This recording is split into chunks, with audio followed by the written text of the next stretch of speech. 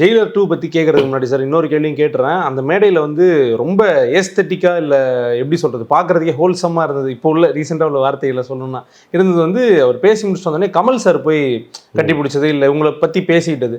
ஒரு ஜேர்னி இவ்வளோ தூரம் பகிர்ந்துக்கிறாங்க அப்படின்றப்போ போட்டி பொறாமை எல்லாமே இருக்கும்ல. எப்படி இன்னைக்கு வந்து ரொம்ப சகஜமாக பேசிக்கிறாங்க, எப்படி சஸ்டைன் பண்ணுறாங்க அவங்க ரெண்டு பேருமே ஃபீல்டில்? அதாவது அவங்க போட்டியின் உச்சத்தில் இருந்த காலமெல்லாம் வேற. அன்னைக்கு வந்து அவருடைய ரசிகர்களும் சண்டையா இருக்கும், கட்டாயமா சண்டை இருக்கும். அவங்களுக்குள்ளேயே அந்த முரண்லாம் இருந்துச்சு.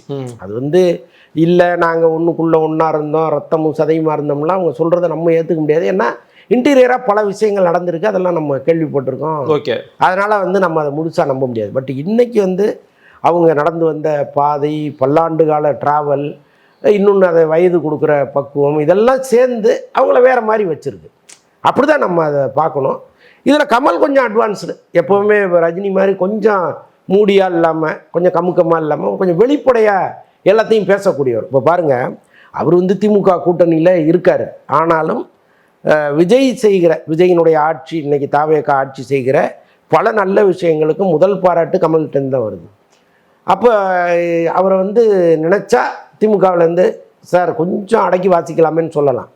அவரும் வந்து நமக்கு எதுக்கு வம்பு, எதுக்கு பாராட்டணும் அப்படின்னு கூட இருந்துடலாம். ஆனால் கமலை பொறுத்தளவுக்கு சரின்னா சரி, தப்புன்னா தப்பு, அப்படி ஒரு நபர் அவர்.